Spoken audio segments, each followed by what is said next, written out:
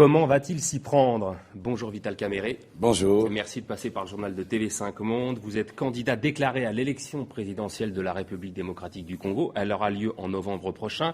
Vous avez 52 ans, vous êtes en politique depuis 1987. Comment allez-vous faire pour pacifier la région est de la République démocratique du Congo, qui est cette région qui concentre la majeure partie des conflits? La question de la sécurité à l'est du Congo, il faut l'inscrire dans une optique sous-régionale. Les problèmes que connaît le Congo actuellement sont des problèmes en réalité importés de ses voisins. Et si l'on cherche à résoudre les problèmes du Rwanda au Congo, les problèmes de l'Ouganda au Congo, les problèmes du Burundi au Congo, on va rater les coches. Et c'est pourquoi j'avais proposé, à l'époque où j'étais encore président de l'Assemblée nationale, et c'est mon plan, le plan de mon parti, le plan qui a plusieurs volets. Il faut le volet politique. On nous a toujours obligés, à nous les Congolais, de discuter avec nos différentes rébellions. On ne l'a jamais demandé au Rwanda. Je ne demande pas que le Rwanda discute avec les génocidaires. Nous savons que l'ouverture politique peut faciliter les choses à l'est du Congo.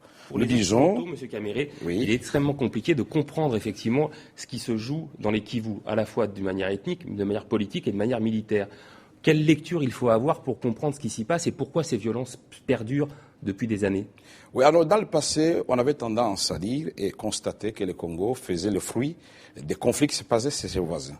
Mais maintenant, avec la découverte des minéraux, le coltan, l'or et tout ce que vous connaissez, que l'Est regorge comme minéraux, nous disons que les minéraux, ça devient un enjeu important. Alors expliquez-nous par exemple comment le coltan ne figure pas aux exportations de votre pays, le Congo, mais qu'en revanche il figure aux exportations de l'Ouganda et du Rwanda qui, a priori, n'en ont pas dans leur sol. C'est le plan de la somalisation de l'Est du Congo. Tant qu'il y a les désordres à l'Est du Congo, ça fait le bénéfice et ça fait l'affaire de nos voisins. Et nous disons que nous avons un plan qui intègre la coopération sous-régionale. De ce que le Rwanda et l'Ouganda viennent chercher par la contrebande, en créant l'insécurité à l'Est du Congo, nous pouvons, par la voie de la coopération gagnant-gagnant, avec des contrats en bonne et due forme, passer par la porte d'entrée et répondre aux conditions de l'État congolais et résoudre ces problèmes. Pourtant, M. Kamerhe, il y a un plan qui a été entendu entre M. Kabila et Kagame.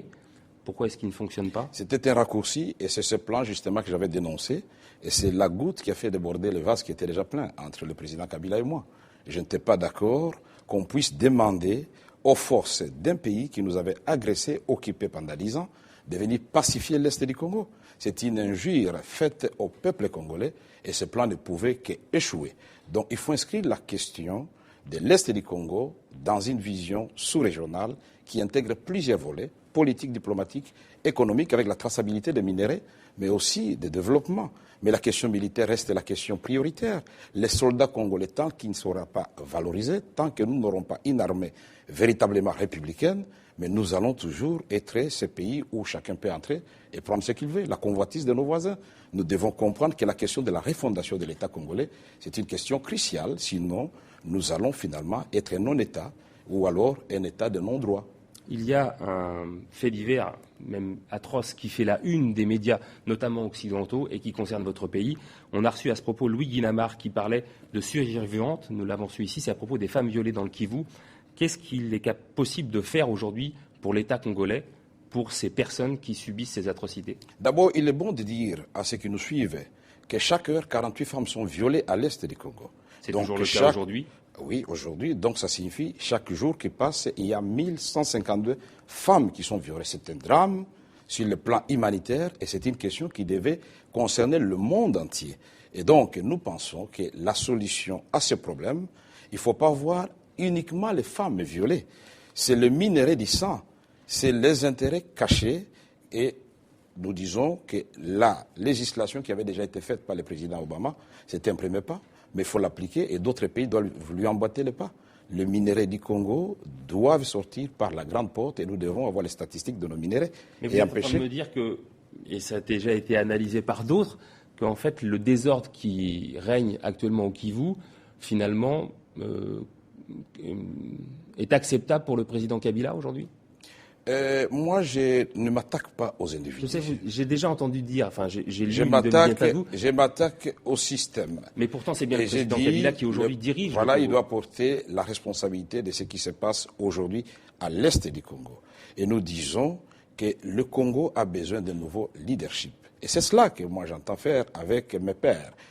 Opérer la rupture. Nous devons être ces géants qui doit se relever. Et j'ai toujours dit que le Congo, nous le comparons à un éléphant couché, mais qui n'est pas mort, heureusement. Et il y a encore une élite responsable qui incarne un rêve pour son pays. Et nous pensons que le Congo va se mettre debout avec 9 voisins, avec sa position géostratégique, avec tout son potentiel qui est intact. Le Congo va se relever et ça sera dans l'intérêt de 9 voisins du Congo, de l'Afrique et du monde. Quelle crédibilité vous apportez de manière supplémentaire alors que vous avez été dernièrement le président de l'Assemblée nationale, vous avez démissionné dans ce bras de fer qui vous a opposé au président Kabila, mais vous êtes en politique depuis 1987, vous êtes passé par le régime de Mobutu, vous avez vu les 2 guerres qui se sont déroulées dans votre pays, vous êtes à un moment donné comptable aussi de ce qui s'est passé. Quelle crédibilité vous avez en plus à l'égard des 70 millions de Congolais aujourd'hui? Je vous ai dit d'abord que chacun de nous doit assumer son passé. C'est cela aussi être un homme politique responsable. Mais ceci dit, j'étais conseiller, j'étais directeur de cabinet. C'est comme à la cuisine. Vous préparez la nourriture, c'est à votre patron de le manger. Mais j'ai dit aussi, j'étais commissaire général chargé du suivi des processus de paix. J'étais négociateur. J'étais ministre de l'Information. J'ai été tout dernièrement président de l'Assemblée nationale.